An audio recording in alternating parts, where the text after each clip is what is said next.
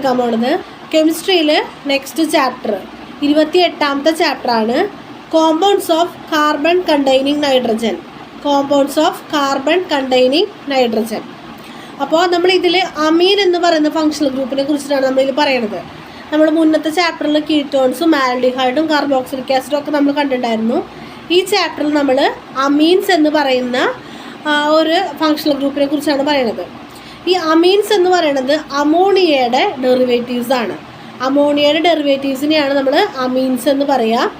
ഇതെങ്ങനെയാണെന്ന് വെച്ച് കഴിഞ്ഞാൽ ഒരു ആൽക്കൈൽ അല്ലെങ്കിൽ ആരിൽ ഗ്രൂപ്പിൽ 1 or 2 ഹൈഡ്രജൻ ആറ്റംസിനെ മാറ്റിയിട്ട് അവിടെ എന്ത് വരിക,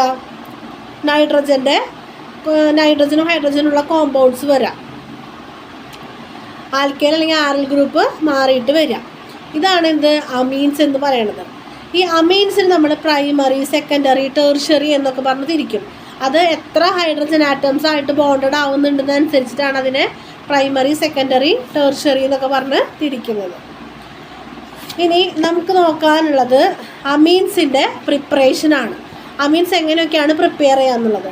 അതിലൊന്നാമത്തത് ഫ്രം ആൽഡിഹൈഡ്സ്, ആൽക്കൈൽ ഹാലൈഡ്സ്. അതായത് ആൽക്കൈൽ ഹാലൈഡ്സിൽ നിന്ന് നമുക്ക് അമീൻസ് പ്രിപ്പയർ ചെയ്യാം. അതെങ്ങനെയാണെന്ന് വെച്ച് കഴിഞ്ഞാൽ ആൽക്കൈൽ ഹാലൈഡ്സ് പറയുന്നത് എന്താണ്, ഏതെങ്കിലും ഒക്കെ ഒരു നമ്മുടെ ഹൈഡ്രോ കാർബൺ ചെയിൻസ് ആണ് കേട്ടോ ചെയിനിലുള്ളത്. അങ്ങനെയുള്ള ആൽക്കൈൽ ഹാലൈഡ്സിനെ എന്ത് ചെയ്യാം, അമോണിയ ആയിട്ട് ട്രീറ്റ് ചെയ്യുമ്പോൾ നമുക്ക് എന്ത് കിട്ടും, പ്രൈമറി അമീൻസ് കിട്ടും. ആൽക്കൈൽ ഹാലൈഡ്സിനെ അമോണിയ ആയിട്ട് ട്രീറ്റ് ചെയ്യുമ്പോൾ നമുക്ക് പ്രൈമറി അമീൻസ് കിട്ടും. ഇനി രണ്ടാമത്തെ മെത്തേഡ് എന്ന് പറയുന്നത് by reduction of nitrite, amides and nitro compounds. നൈട്രൈറ്റിൻ്റെ റിഡക്ഷൻ വഴി അല്ലെങ്കിൽ അമൈഡിൻ്റെ റിഡക്ഷൻ വഴി അല്ലെങ്കിൽ നൈട്രോ കോമ്പൗണ്ട്സിൻ്റെ റിഡക്ഷൻ വഴി നമുക്ക് എന്ത് കിട്ടും, അമീൻസിനെ കിട്ടും. അതിൽ നൈട്രൈറ്റ്സ് എങ്ങനെയാണെന്ന് വെച്ച് കഴിഞ്ഞാൽ പ്ലാറ്റിനം കാറ്റലിസ്റ്റ് അല്ലെങ്കിൽ എന്താണ് സോഡിയം, പ്ലാറ്റിനം അല്ലെങ്കിൽ സോഡിയം ഇതിനെ കാറ്റലിസ്റ്റ് ആയിട്ട് നമ്മൾ ഈ റിയാക്ഷനിൽ ഉപയോഗിക്കുകയാണ്. Presence of ethanol to corresponding primary amines. അതായത് നൈട്രജൻ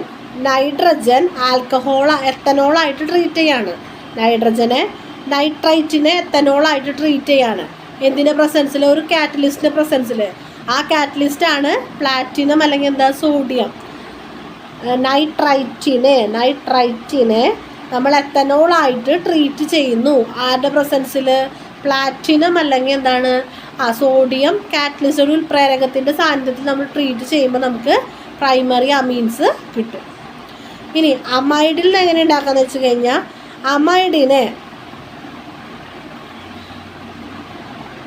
അമൈഡ് എന്താണ് പ്രൈമറി അമീൻസ് ആയിട്ട് റെഡ്യൂസ് ചെയ്തിട്ട് നമുക്കതിനെ കിട്ടും. നൈട്രോ കോമ്പൗണ്ട്സ് എന്ന് പറയുന്നത് നൈട്രോ കോമ്പൗണ്ട്സ് ഹൈഡ്രോക്ലോറിക് ആസിഡ് വെച്ച് നമുക്ക് എന്ത് ചെയ്യാം, അതിനെ റെഡ്യൂസ് ചെയ്തിട്ട് നമുക്ക് അമീൻസിനെ ഉണ്ടാക്കിയെടുക്കാം. മെറ്റൽസും അതുപോലെ തന്നെ ഹൈഡ്രോക്ലോറിക് ആസിഡ് വെച്ചിട്ട് നമുക്ക് നൈട്രോ കോമ്പൗണ്ട്സിനെ റെഡ്യൂസ് ചെയ്തെടുക്കാം. നൈട്രോ കോമ്പൗണ്ട്സിനെ ഹൈഡ്രോക്ലോറിക് ആസിഡ്സും അല്ലെങ്കിൽ അതേപോലെ അയൺ പോലെയുള്ള മെറ്റൽസൊക്കെ വെച്ചിട്ട് റെഡ്യൂസ് ചെയ്യുമ്പോൾ നമുക്ക് എന്ത് കിട്ടും, അമീൻസ് കിട്ടും.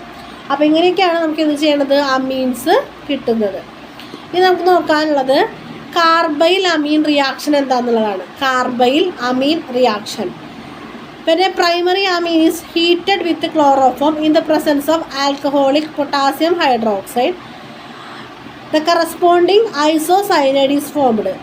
ഈ ഐസോസൈനൈഡിനാണ് എന്ന് പറയുക, കാർബൈൽ അമീൻ എന്ന് പറയുക. ഈ റിയാക്ഷനാണ് കാർബൈൽ അമീൻ റിയാക്ഷൻ. അതായത് പ്രൈമറി അമീനിനെ ക്ലോറോഫോം വെച്ചിട്ട് ട്രീറ്റ് ചെയ്യാണ്. ആരുടെ പ്രസൻസിൽ, ആൽക്കഹോളിക് പൊട്ടാസ്യം ഹൈഡ്രോക്സൈഡിൻ്റെ പ്രസൻസിൽ പ്രൈമറി അമീനെ ക്ലോറോഫോം വെച്ച് ട്രീറ്റ് ചെയ്യുമ്പോൾ നമുക്ക് എന്ത് കിട്ടും, ഒരു ഐസോസൈനൈഡ് കിട്ടും. ഈ ഐസോസൈനൈഡിനെയാണെന്ന് പറയുക, ഈ റിയാക്ഷനാണ് നമ്മൾ കാർബൈൽ അമീൻ റിയാക്ഷൻ എന്ന് പറയുക. ഐസോസൈനൈഡിന് നമ്മൾ കാർബൈൽ അമീൻ എന്നും കൂടെ പറയും. ഇനി നമുക്ക് ഈ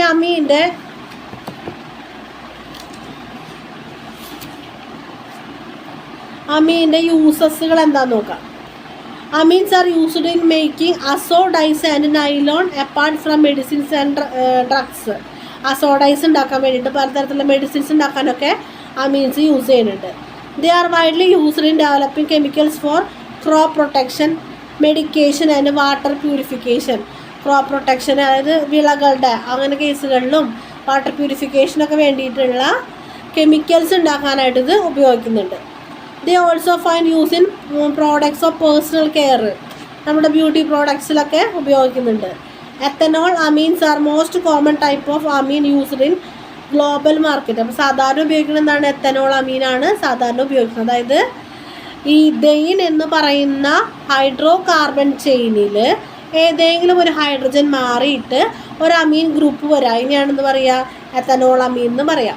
പ്ലസ് എന്താണ്, അതിലൊരു OH ഗ്രൂപ്പ് കൂടി ഉണ്ടാവും. അപ്പോൾ ഇതാണ് പഠിക്കാനുള്ളത്. ഇനി ഷിഫ്റ്റ്സ് ബേസ്, അതായത് primary amines undergo condensation with aldehyde or ketone to form imines. These products are also called Schiff's base. അതായത് പ്രൈമറി അമീന് ആൽഡിഹൈഡോ കീറ്റോൺസോ വെച്ച് നമ്മൾ കണ്ടൻസ് ചെയ്യുമ്പോൾ അതിനെ കണ്ടൻസേഷൻ നടത്തുമ്പോൾ എന്ത് സംഭവിക്കും? ഇമീൻസ് കിട്ടും. ഈ ഇമീൻസിനെയാണ് നമ്മൾ എന്ത് പറയുക? ഷിഫ്റ്റ്സ് ബേസ് എന്ന് പറയാം. 1 മാർക്കിനൊക്കെ ഇങ്ങനെ ചോദിക്കാം കേട്ടോ. ഇനി അമീൻ്റെ ഫിസിക്കൽ പ്രോപ്പർട്ടീസ് വരുന്നത് ഗാഷ്യസ് നേച്ചറാണ്, അതേപോലെ ഒരു ഫിഷി സ്മെല്ലാണ്.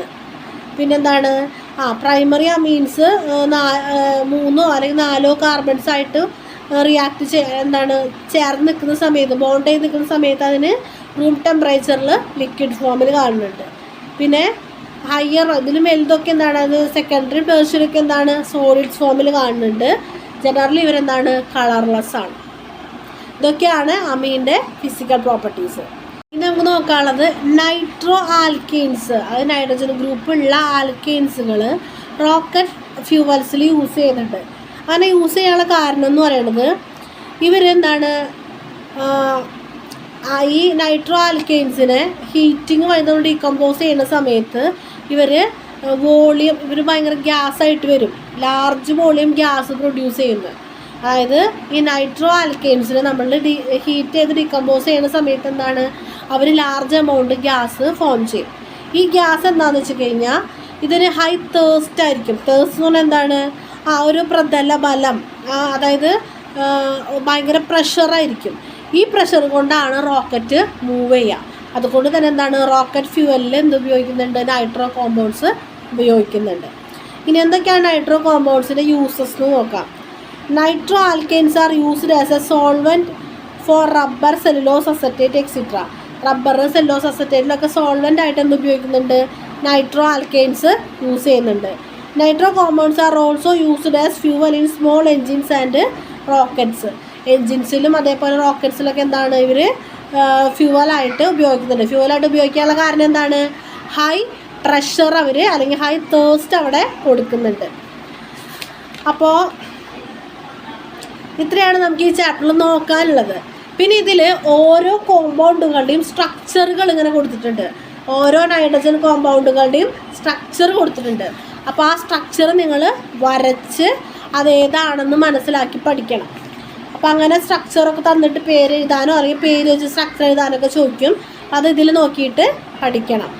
ഇത്രയാണ് നമുക്ക് പഠിക്കാനുള്ളത്. നന്നായിട്ട് പഠിക്കാം. Thank you.